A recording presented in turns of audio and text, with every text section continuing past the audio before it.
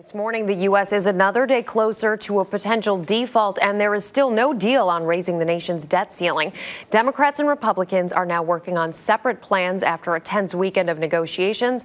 And CBS News congressional correspondent Nancy Cordes has the latest from Capitol Hill. Good morning, Nancy.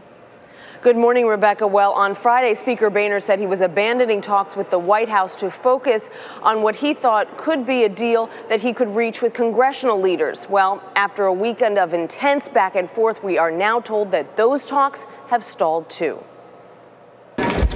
Senate Majority Leader Reid confirmed the impasse in a written statement Sunday night.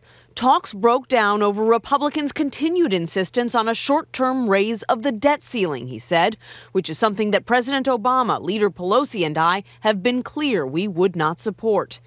Now, Reid and Speaker Boehner are finalizing dueling pieces of legislation. I would prefer to have a bipartisan approach to solve this problem. If that's not possible, I and my Republican colleagues in the House are prepared to move on our own. Speaker Boehner says his Republican bill would involve raising the debt ceiling in two stages. First, by about $1 trillion in exchange for $1 trillion in spending cuts.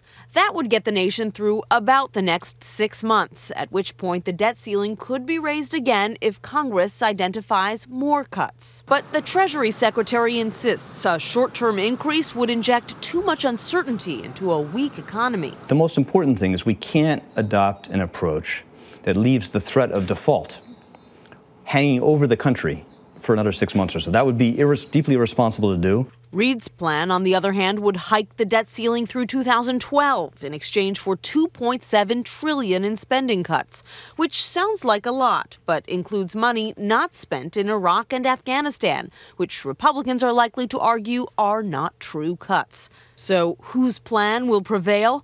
In a conference call Sunday, Boehner told his fellow House Republicans, "I think we can win this for the American people, but that it's going to require some of you to make some sacrifices. If we stand together as a team, our leverage is maximized, and they have to deal with us." That last comment was probably directed at the Republican members who have said that they will not vote to raise the debt ceiling under any circumstances. Speaker Boehner will need their votes if he wants his legislation to win out in what is shaping up to be a partisan showdown. Rebecca? CBS's Nancy Cordes on Capitol Hill. Thanks, Nancy.